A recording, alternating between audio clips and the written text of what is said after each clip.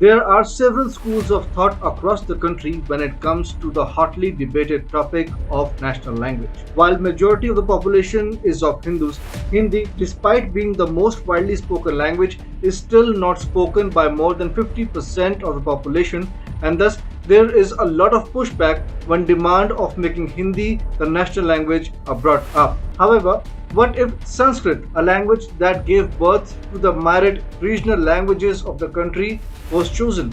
In the midst of severe Urduization of our languages, wouldn't it be a win-win for all of us where we protect our regional tongue, all whilst promoting a language that has been used by the gods ever since the dawn of time? Hi and welcome to TFI English, the national socio-political analysis arm of the TFI Media Group.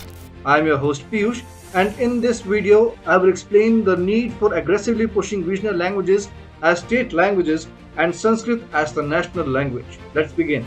The entire Zomato language controversy has once again brought the attention to the state of languages being spoken across the country.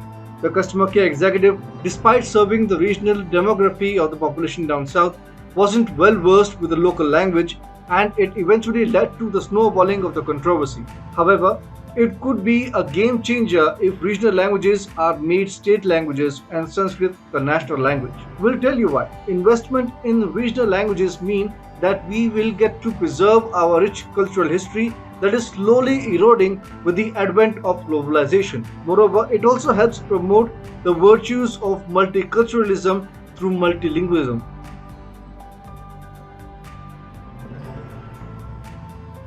Barring the southern states where people still take a lot of pride in their regional languages, the northern states have practically seen regional languages get extinct. The tragic decline of regional languages in the post-independence era is a standing testimony to the misguided and disastrous policies followed by successive governments that have preferred to listen to the cacophony of selected individuals claiming to represent the entire communities. From Bhojpuri and Maithili in Bihar, Awadhi in Uttar Pradesh, Marwari in Rajasthan, Kumaoni and Garhwali in Uttarakhand, Assamese and Bodo in the northeast among others, these languages need support to flourish.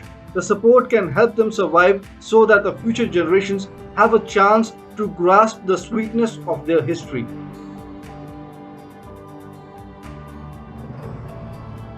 For Sanskrit, understandably, there is a large populace that is against Hindi being imposed as national language. But what if Sanskrit takes the center stage? Sanskrit is one of the languages that form basic framework for a variety of Indian regional languages like Tamil, Kannada, Malayalam and Telugu. Reportedly, all modern languages in India draw about 50% from Sanskrit, with Malayalam and Kannada topping the list. As a language, Sanskrit has a profound influence on many other languages and has resiliently borne the brunt of time.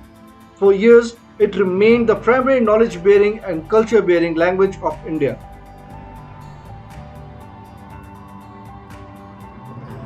Although we might have lost touch with Sanskrit language owing to Mughal and colonial rules and later the emergence of absurd theories like Dravidian philosophy, India as a civilization could still potentially blossom with the sheer amount of Sanskrit literature present.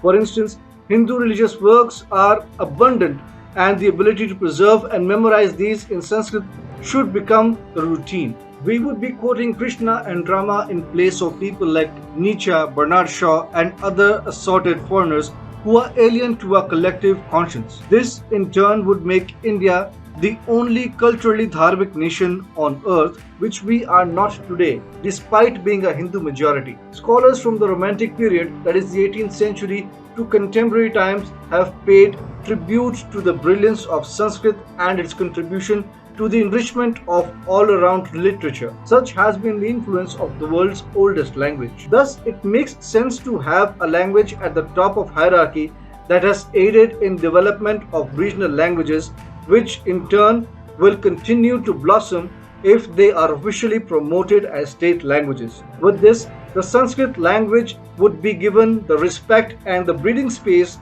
to reclaim its old glory once again.